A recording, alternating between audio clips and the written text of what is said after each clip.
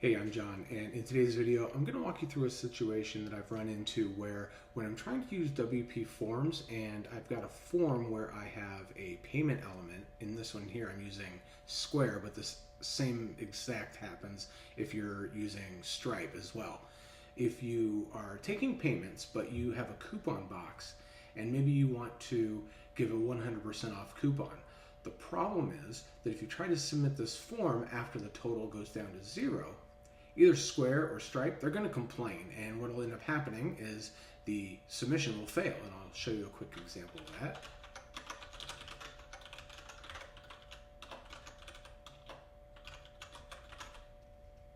So here I have a free coupon that'll take 100% off, and if I try to hit submit, you'll see that we still have the same problem, right? We can't submit it.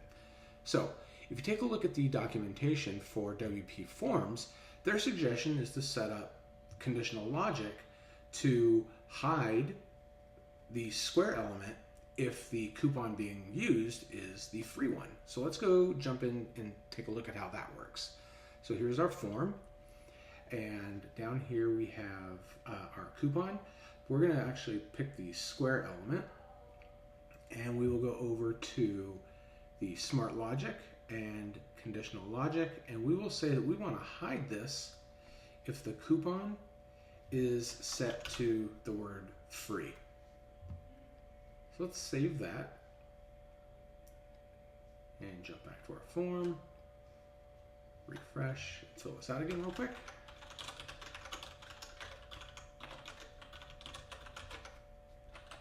And so now, if I apply that, you'll actually see that it's already gone as soon as I clicked it.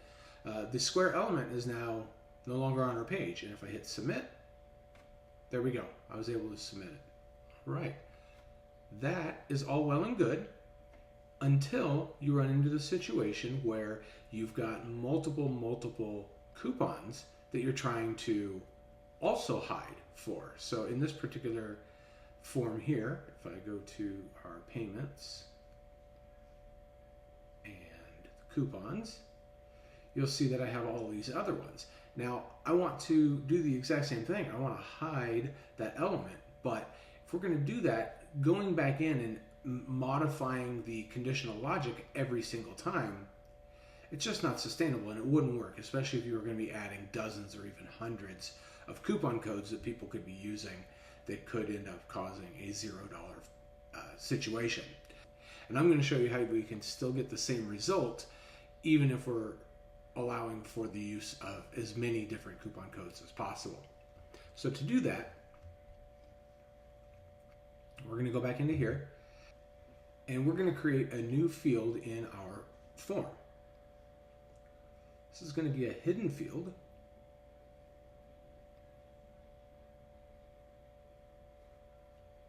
And really it doesn't matter what we call it, but we are going to call this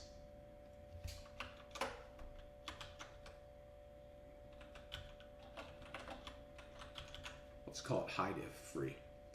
And for this, I'm going to automatically fill this in using the enable calculation.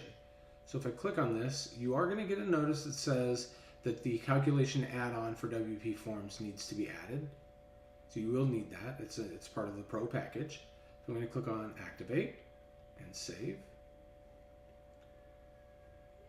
And now if I come back down and select my hide if free again, I'm going to go to the Advanced and enable the calculation, and I'm going to select a field. And what I'm going to do is I'm going to select the total amount value. And I am going to show you one little trick that's tripping me up every single time, is if you'll notice there is a little extra space right in here. So you're going to want to delete that so that the final value that is in here is simply just the F6. You can click out of there. So it's F6, which just so happens to be the field ID is field 6. So we're going to get the value for field 6 in here. So ultimately what we're now going to be looking for is when this is 0.00. So we can come up here on Square, and we can do this actually two different ways. We can either go with the smart logic here, where we can say hide this if the hide if free is 0.00. So this is one way that you can do it. And then the other way that you can do it is if you want to, the field can stay there, or we still probably want to hide it, but I will show you that over here underneath payments, Square and Stripe both have conditional logic as well, where you can actually decide whether or not it should process. So you can do the exact same thing where I'm going to say don't process this if the hide is free equals 0.00. So now that we have that, let's jump back over to our list of coupons. And I'm going to go ahead and copy this one.